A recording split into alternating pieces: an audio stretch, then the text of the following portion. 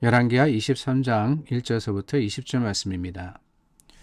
왕이 보내 유다와 예루살렘의 모든 장로를 자기에게로 모으고 이에 왕이 여호와의 성전에 올라가매 유다 모든 사람과 예루살렘 주민과 제사장들과 선지자들과 모든 백성이 노소를 막론하고 다 왕과 함께한지라.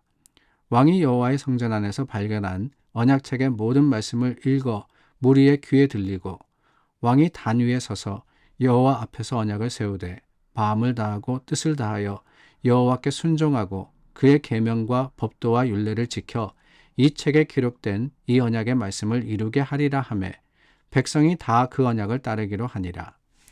왕이 대제사장 hil기야와 모든 부제사장들과 문을 지킨 자들에게 명령하여 바알과 아세라와 하늘의 일월 성신을 위하여 만든 모든 그릇들을 여호와의 성전에서 내다가 예루살렘 바깥 기드론 밭에서 불사르고 그것들의 재를 베델로 가져가게 하고 옛적에 유다 왕들이 세워서 유다 모든 성읍과 예루살렘 주위의 산당들에서 분향하며 우상을 섬기게 한 제사장들을 폐하며 또 바알과 해와 달과 별대와 하늘의 모든 별에게 분향하는 자들을 폐하고 또 여호와의 성전에서 아세라 상을 내다가 예루살렘 바깥 기드론 시내로 가져다 거기에서 불사르고 빻아서 가루를 만들어 그 가루를 평민의 묘지에 뿌리고 또 여호와의 성전 가운데 남창의 집을 헐었으니 그곳은 여인이 아세라를 위하여 휘장을 짜는 처소였더라.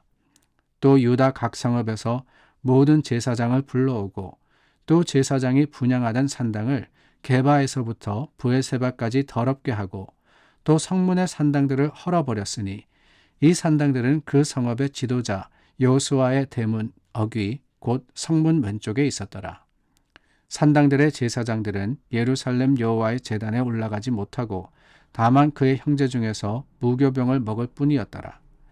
왕이 또 흰놈의 아들 골짜기에 도벳을 더럽게 하여 어떤 사람도 몰록에게 드리기 위하여 자기의 자녀를 불로 지나가지 못하게 하고 또 유다 여러 왕이 태양을 위하여 드린 말들을 제하여 버렸으니 이 말들은 여호와의 성전으로 들어가는 곳의 근처 넷이 나단 멜렉의 집 곁에 있던 것이며 또 태양 수레를 불사르고 유다 여러 왕이 아하스의 다락 지붕에 세운 제단들과 므낫세가 여호와의 성전 두 마당에 세운 제단들을 왕이 다 헐고 거기서 빻아내려서 그것들의 가루를 기드론 시내에 쏟아버리고 또 예루살렘 앞 멸망의 산 오른쪽에 세운 산당들을 왕이 더럽게 하였으니 이는 옛적에 이스라엘 왕 솔로몬이 시돈 사람의 가증한 아스다롯과 모압 사람의 가증한 그모스와 암몬 자손의 가증한 밀곰을 위하여 세웠던 것이며 왕이 또 석상들을 깨뜨리며 아세라 목상들을 찍고 사람의 해골로 그곳에 채웠더라. 또한 이스라엘에게 범죄하게 한 느밧의 아들 여로보암이 베델에 세운 제단과 산당을 왕이 헐고 또 그 산당을 불사르고 빻아서 가루를 만들며 또 아세라 목상을 불살랐더라. 요시야가 몸을 돌이켜 산에 있는 무덤들을 보고 보내어 그 무덤에서 해골을 가져다가 제단 위에서 불살라 그 제단을 더럽게 하니라. 이 일을 하나님의 사람이 전하였더니 그 전한 여호와의 말씀대로 되었더라. 요시야가 이르되 내게 보이는 저것은 무슨 비석이냐 하니 성읍 사람들이 그에게 말하되 왕께서 베델의 제단에 대하여 행하신 이 일을 전하러 유다에서 왔던 하나님의 사람의 묘실이니이다 하니라. 이르되 그대로 두고 그의 뼈를 옮기지 말라 하매 무리가 그의 뼈와 사마리아에서 온 선지자의 뼈는 그대로 두었더라. 전에 이스라엘 여러 왕이 사마리아 각 성읍에 지어서 여호와를 경노하게 한 산당을 요시야가 다 제거하되 베델에서 행한 모든 일대로 행하고 또 거기 있는 산당의 제사장들을 다 제단 위에서 죽이고 사람의 해골을 제단 위에서 불사르고 예루살렘으로 돌아왔더라. 오늘 말씀에는 요시야의 개혁에 대한 내용이 기록이 되어 있습니다. 요시야가 하나님 말씀대로 하나님의 뜻 가운데 나라를 개혁하기 시작하는데 그 힘과 그 능력이 어디에 있었느냐, 어떻게 성공할 수 있었느냐. 남유다에도 많은 악한 왕들이 있지 않았습니까? 이전에 므낫세 오랫동안 이스라엘을 다스렸습니다. 55년 동안 악하게 나라를 다스립니다. 근데 그 후에 이어진 아몬 바로 다음에 나오는 이 요시야가 어떻게 신앙으로 나라를 바르게 세울 수 있었느냐.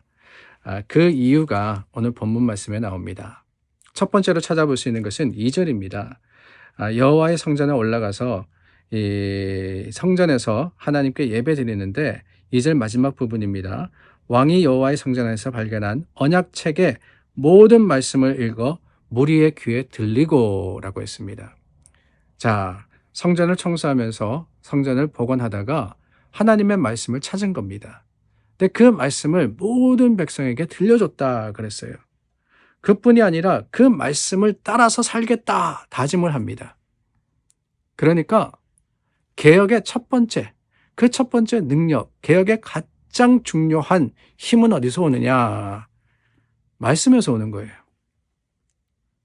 여러분 너무 뻔해서 식상하다라고 하실 수 있겠지만은 아닙니다. 하나님의 말씀에 힘이 있어요. 하나님의 말씀에 능력이 있습니다. 하나님의 말씀에 새로움이 있는 거예요. 수천 년 동안 이어진 말씀이기 때문에 뭐가 새롭냐라고 하실런지 모르겠지만 하나님의 말씀은요 신비합니다. 똑같은 말씀을 읽어도 또 들어도 감동이 달라요. 새로운 날마다 새로운 주시는 그 새롭게 주시는 하나님의 은혜가 거기에 있습니다. 그게 바로 말씀의 능력이에요. 율법을 읽었을 때 그 말씀이 역사하기 시작하는 거예요. 백성들의 마음이 움직입니다. 언약의 말씀을 따르겠다고 약속합니다. 그 말씀대로 살아갑니다. 그럴 때 악으로 물들었던 나라가 변화하지 않습니까? 요시야가 뭔 대단한 힘이 있어서가 아닙니다. 요시야가 어떠한 특별한 지혜가 있어서가 아니에요. 다만 요시야는 하나님의 말씀으로서 나라를 다스리려고 했고 그 말씀 중심으로서 나라가 모이도록 권면했을 때 말씀의 능력이 하나님의 일을 이룬 겁니다. 개혁했다. 요시야의 개혁이라고 이야기하는데요.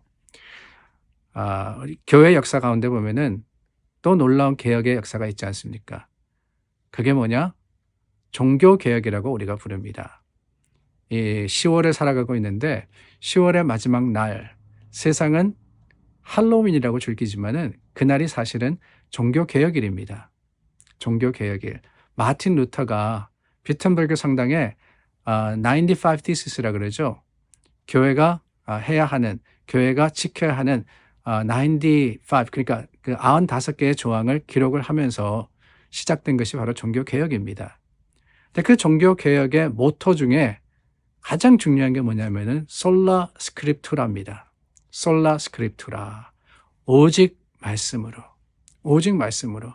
사람의 생각이 아니라는 거예요. 사람의 판단이 아닙니다. 하나님의 말씀대로, 하나님의 말씀대로 우리가 행할 때 그게 바로 개혁입니다. 안타깝게도 말입니다. 개혁이라고 할 때 우리가 뭔가 현실에서 새로워지는 것을 이야기하는데 사실 우리는 하나님의 말씀 속에 살아가야 되는 건데 그러지 못했기 때문에 하나님의 말씀이 우리에게는 개혁이 된다. 사실 좀 안타까운 일이긴 하지만 그저 안주하고 타협하면서 살아갈 것이 아니라 하나님의 말씀으로 오늘 우리가 변화할 때 하나님은 더 큰 능력과 더 큰 은혜로 우리를 사용하시는 겁니다. 첫 번째 개혁의 능력, 그 힘이 말씀에 있었음을 기억하기를 원합니다. 근데 그것만이 아닙니다. 요시야가 이방 예배를 없애고 여러 산당들과 또한 제사장들을 폐하고 이런 일들을 하는데 여기에 그 개혁의 성공의 두 번째 이유가 나옵니다. 그것은 열심과 단호함입니다. 오늘 말씀을 읽다 보니까 이 요시야가 이러한 일들을 하는데 그냥 자기가 다스렸던 남유다 지역만 한 게 아닙니다. 사마리아, 그러니까 북이스라엘 지역에 있는 모든 산당들도 제거했다라는 기록이 있습니다. 아니, 자기가 다스리는 땅이 아니지 않습니까? 이미 아수르에게 멸망당한 땅입니다. 100여 년 전에 이미 아수르에게 망해서 거기에는 황폐하고 이제는 아수르와 다른 민족들과 혼합된 혼혈 족속들이 살고 있는 땅, 거기가 바로 사마리아입니다. 나와는 상관이 없다라고 할 수 있었다는 거예요. 그런데 그럼에도 불구하고 무서울 정도로 단호하게 이 요시야는 남유다만이 아니라 북이스라엘 땅에 이르도록 모든 우상 숭배를 제거하고 하나님을 따르도록 독려합니다. 타협이 없었다는 거예요. 여러분, 뭔가 개혁하기 위해서는 그렇습니다. 타협하기 시작하면 실패합니다. 분명히 이대로 하나님의 뜻대로 행해야 되는데 적당하게 하다 보면은 결국에는 흐지부지하게 되더라고요. 하나님의 일은 그러지 말아야 됩니다. 무서울 정도로 하나님의 뜻이라면, 하나님의 길이라면은 그 길을 지켜야 하고 바르게 가야지만 하나님의 일을 이룰 수 있는 거 아니겠습니까? 그 일을 요시야가 행했을 때 하나님은 그를 통해서 크고 놀라운 일을 이루어 주십니다. 물론 열왕기하 말씀을 계속 읽어가면서 조금 안타까운 마음은 듭니다. 요시야가 시작했던 그 개혁이 계속해서 남유다 왕국에 하나의 하나님을 향한 드림이 되었더라면 얼마나 좋았을까. 그런데 그러지 못했어요. 오늘 말씀 이후에 보니까 25절 말씀에 요시야 전에도 요시야 후에도 하나님께로 돌이킨 왕은 없었다라고 하는데 저는 이 말씀이 참 안타깝다라는 생각이 듭니다. 열왕기하 23장 25절 전에도 없고 후에도 없다. 전에도 있었고 후에도 있어야지만 하는 게 그게 하나님이 가장 원하시는 일이 아니었을까요? 요시야 전에는 므낫세라는 악한 왕이 있었습니다. 요시야 후에는 여호아스라는 악한 왕이 있습니다. 왜 그렇게 개혁의 그 참 놀라운 은혜가 이어지지 못했을까? 물론 여러 가지로 판단할 수 있지만은 참 우리의 연약함과 부족함을 보게 되고 계속해서 하나님께 맡기고 하나님을 구하지 않으면 그럴 수밖에 없겠구나라는 생각이 듭니다. 아니, 우리 자녀, 그걸 떠나서 내 자신도 그래요. 하나님 앞에서 말씀대로 살기를 결단하고 그 말씀을 따라서 행할 때가 있는데 또 금방 흐지부지할 때가 있지 않습니까? 왜 그러느냐? 하나님 앞에 지속적으로 맡기고 하나님의 말씀대로 결단하여서 살아가야지만 가능한 거 아니겠어요? 제가 결단이라는 단어를 많이 쓰는데 결단은 결심할 끊을 단입니다. 결단이라는 것은 거기에 포기가 있어야 된다는 거예요. 거기에 단호함과 용기가 있어야 된다는 겁니다.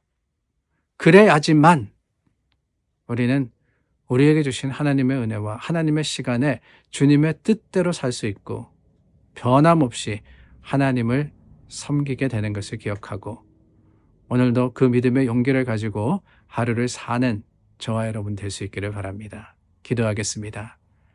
참 좋으신 하나님, 요시야의 결단과 또 그의 개혁을 보았습니다. 오늘 우리에게도 용기 주시고 힘을 주시옵소서. 그러므로서 하나님의 뜻대로 온전하게 살아가는 귀한 날, 어제와 오늘, 내일이 될 수 있도록 주님께서 도와주시기를 간절히 바라올 때 예수님의 이름으로 기도드립니다. 아멘. 주말 하나님의 말씀으로 다시 한번 우리가 모였습니다. 이제 주일을 준비하고 하루를 살아가면서 하나님의 뜻과 그 계획을 이루어가는 저와 여러분 될 수 있기를 바랍니다. 기도하겠습니다.